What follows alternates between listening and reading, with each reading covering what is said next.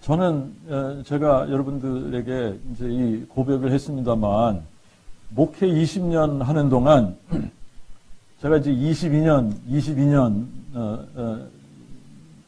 하고 있는데 그동안에 20년 동안 제가 성경교사를 열심히 했어요. 성경교사. 이게 성경교사를 열심히 했는데 이 복음이 정확하게 선명하게 깨달아지고 제 마음에 딱 믿어지고 난 다음부터는 제가 성경교사에서 뭐가 됐겠어요? 증인이 됐습니다. 그래서 이제 지금은 제가 성경교사, 이게 성경교사에서 뭐가 됐냐면 증인이 된 거예요. 복음을 증거하는 증인, 부활의 증인이 된 겁니다. 그러니까 이제 저를 만나면 만나는 사람이 목사든 선교사든 신학교수든 평신도든 예수를 믿는다고 하든 믿지 않는다고 하든 이게 이제 상관이 없어요. 그죠? 저를 만나는 사람에게는 제가 항상 뭘 증거하겠습니까? 복음 증거하는 거예요. 복음 증거하는 거예요. 이거밖에는 사실 또 사람들하고 나눌 이야기도 없고, 그러니까 저를 만나면 이제 뭘 들어야지 되냐면 복음 들어야지 돼요. 복음 들어야지 되는데, 복음을 전하다가 보면 이 사람이 복음을 확실하게 아는 사람인지 모르는 사람인지가 너무나 쉽게 구분이 되는 겁니다. 그런데 이제 어떤 경우가 있느냐 하면 지금까지 이게 복음이 초점이 잘못 맞춰졌다 그랬죠. 그죠? 초점이 잘못 맞춰졌다. 초점이 잘못 맞춰졌다는 얘기는 복음이 이제 이 복음의 내용에 문제가 있었다. 이 얘기를 하는 겁니다. 그런데 사람들이 이거를 잘 인정하려고 하잖아요. 이 복음을 나누다가 이제 이 어떤 사람들을 또 만나게 되느냐면, 이 십자가의 사랑. 이 십자가의 사랑이면 다 되는 것이, 이 십자가의 사랑으로 다 되고, 이게 십자가 사랑으로 모든 게 다 된다. 근데 왜 자꾸 부활 그러냐? 이 십자가의 사랑이 강조 안 되면 이거 부활도 아무것도 아니다. 십자가의 사랑이 제일 중요한 거다. 그래서 이제 이 십자가의 사랑이 안 되면 부활도 안 되는 거고, 십자가의 사랑이 돼야 부활이 되는 거고, 그래서 이제 이 십자가의 사랑을 막 강조하는 사람들을 또 만나게 돼요. 자, 그래서 이제 오늘은 제가 뭘 하려고 그러느냐면, 이제 이 십자가로 되는 거냐, 부활로 되는 거냐, 이거 뿌리를 좀 뽑아야지 되겠습니다. 뿌리를 뽑는데, 이게 십자가, 이게 이제 우리가, 이게 어떤 질문을 하느냐에 따라서 이 질문이 굉장히 중요한 겁니다. 좋은 질문을 하면 엄청나게 이 진리를 발견을 하게 되고, 정말 올바른 답을 우리가 얻게 되고 그러는데, 질문을 잘못하게 되면은 이게 이제 엉뚱한 답을 얻게 돼요. 그죠? 그래서 이제 오늘도 시리즈로 제가 질문을 하면서 이 답을 좀 구해보도록 그렇게 하겠습니다. 이 첫 번째 질문이 뭐냐면, 첫 번째 질문이, 전능자가 존재하신다면, 그 전능자 자신이 자기가 전능자다, 전능한 신이다, 라고 하는 증거를 사람들에게 제시해야지 되냐 말아야지 되냐라고 하는 겁니다.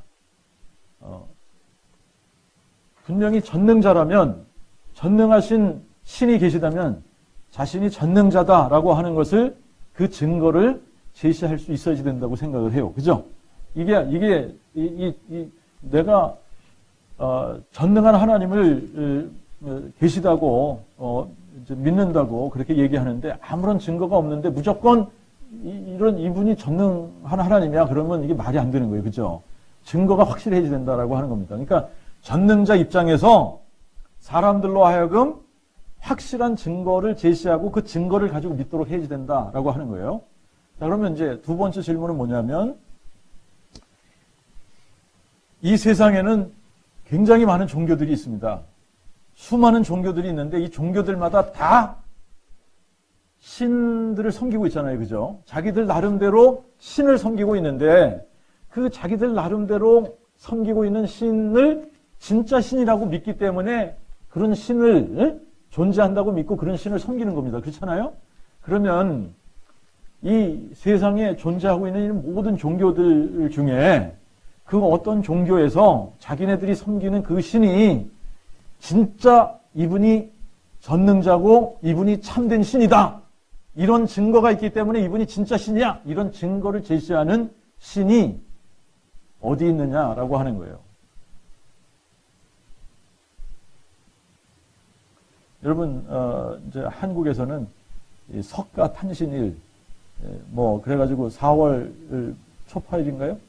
그 석가 탄신일 막 하잖아요. 그죠? 근데 석가 부활절은 없지 않습니까? 그죠?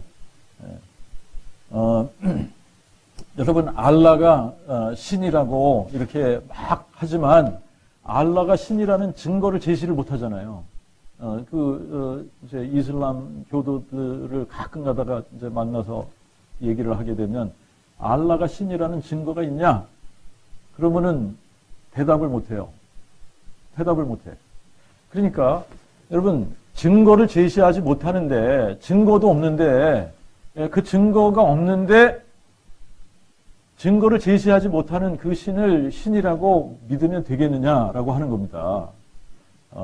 그러면 여러분, 이 증거, 이 자기 자신이 전능자 하나님이다라고 하는 이 증거를 온전히 제시하신 분은 딱 한 분밖에 없어요. 그죠? 예수 그리스도입니다. 예수님만 자기가 전능자 하나님이다라고 하는 것을 증거로 제시하신 분이에요. 그래서 이 증거를 가지고 믿으라고 하시는 겁니다. 그런데 예수님이 전능자 하나님이다 이런 증거를 뭘로 보이셨느냐가 굉장히 중요한 거예요. 그래서 이제 이게 세 번째 질문, 요거 질문을 여러분들이 잘 하셔야 됩니다. 예수가 전능자 하나님이다라고 하는 이 증거를 십자가로 보이셨냐, 부활로 보이셨냐라고 하는 거예요. 뭘로 보이셨어요? 부활로 보이신 거죠? 십자가로 예수님이 전능자 하나님이다 이거를 보이신 게 아니잖아요. 그죠?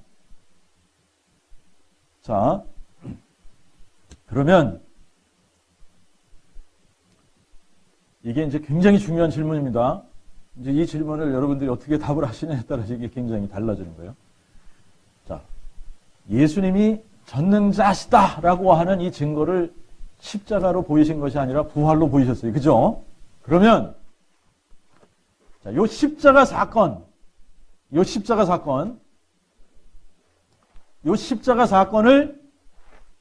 다른 사건으로 대체할 수 있다 없다? 자, 이 질문을 여러분들이 잘 생각하셔야 됩니다. 십자가의 사건을 다른 사건으로 대체할 수 있냐, 없냐라고 하는 겁니다.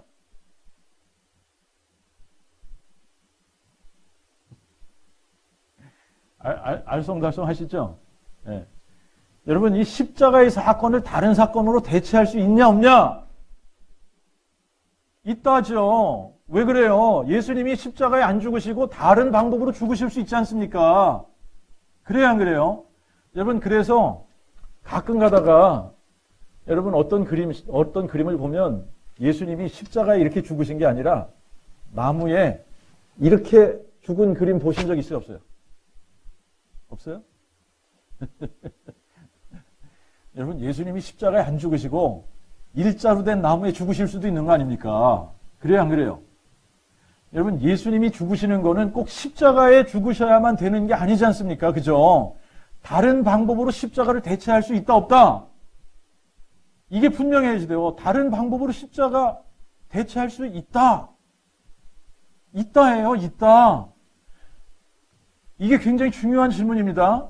십자가를 다른 걸로 대체할 수 있냐, 없냐? 그냥 나무에 달려서 죽으실 수 있잖아요. 그잖아요. 다른 방법으로 예수님 죽으실 수 있잖아요.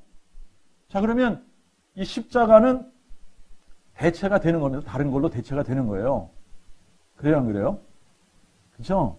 자, 그러면 이제 그 다음 질문은 뭐냐면, 그러면 부활 사건은 다른 걸로 대체가 되냐, 안 되냐? 라고 하는 겁니다. 여러분, 부활 사건은 다른 걸로 대체가 돼야 안 돼요? 안 되죠. 이거는 안 되는 거예요. 부활 사건은 다른 사건으로 대체가 안 되는 겁니다.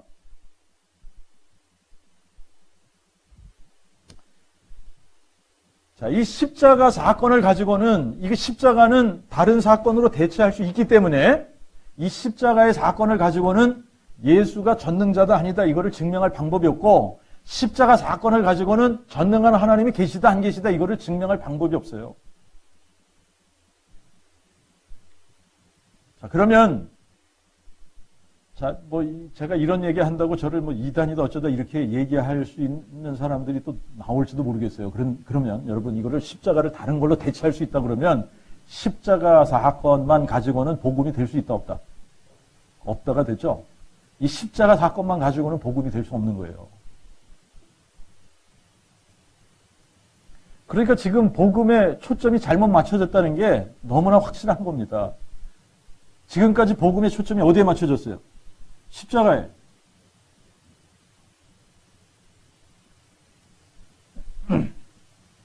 자, 이제 우리가 복음의 내용을 다시 한번 로마서 1장 2절부터 4절을 가지고 이 복음의 내용을 다시 한번 확인합니다. 복음이 누구에 관한 거라 그랬죠? 하나님의 아들에 관한 약속이다 그랬습니다. 그죠?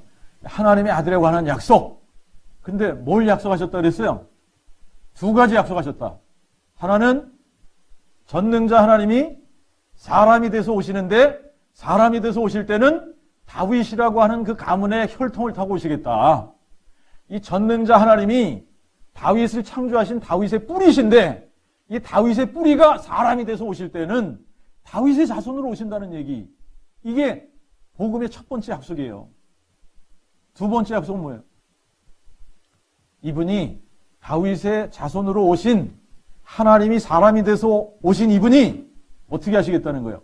자기가 하나님이 하나님인데 사람이 돼서 오신 분이다. 이걸 증거하기 위해서 뭘로 증명하시겠다고요? 죽은 자들 가운데서 부활하셔서 능력으로 하나님의 아들로 인정이 되신다. 여러분 부활이 안 되면 하나님의 아들로 인정이 된다 안 된다? 안 된다. 그러니까 지금 이게 중요한 거예요. 십자가에 죽으시던 그냥 나무에 죽으시던 죽은 자 가운데서 부활하신 게 중요한 거지. 어떻게 죽었느냐? 이거는 어떻게 죽었느냐가 복음이 될 수 없다라고 하는 겁니다. 아시겠죠? 자, 그러면 이 부활 사건 자체가 복음은 아니다 그랬습니다.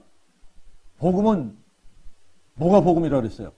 부활하신 예수, 부활하신 예수님이 복음이다 그랬습니다. 그러니까 자 이제 이 로마서 1장 2절부터 4절을 보면 이 복음은 뭐라 그랬어요? 하나님이 그의 선지자들을 통하여 성경에 미리 약속한 하나님의 그의 아들에 관한 것으로 육신으로는 그가 다윗의 자손으로 오신다고 그랬죠. 성결의 영으로는 죽은 자들 가운데서 부활하셔서 하나님의 아들로 인정되셨으니 곧 예수 그리스도 우리 주님이시라. 여러분 이 부활 사건으로 뭐가 증명이 되는 겁니까? 예수께서 하나님의 아들이시다. 이게 증명이 되는 거예요. 그러니까 부활 사건, 이 부활 사건은 예수가 하나님의 아들이다라고 하는, 이분이 전능자 하나님이다라고 하는 표적과 증거다라고 하는 거예요. 이것이 증거예요. 지금 이제 이렇게 딱 놓고 보면 이 부활 사건은 이 복음과 뗄래야 뗄 수가 없는 겁니다.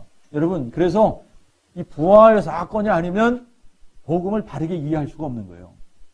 예수님이 누군지를 바르게 이해할 수 없는 겁니다. 그래서 이 부활 사건이 중요한 거예요. 부활이 복음의 문을 여는 뭐라 그랬죠? 열쇠다. 이거 없으면 복음이 안 열리게 되어져 있습니다.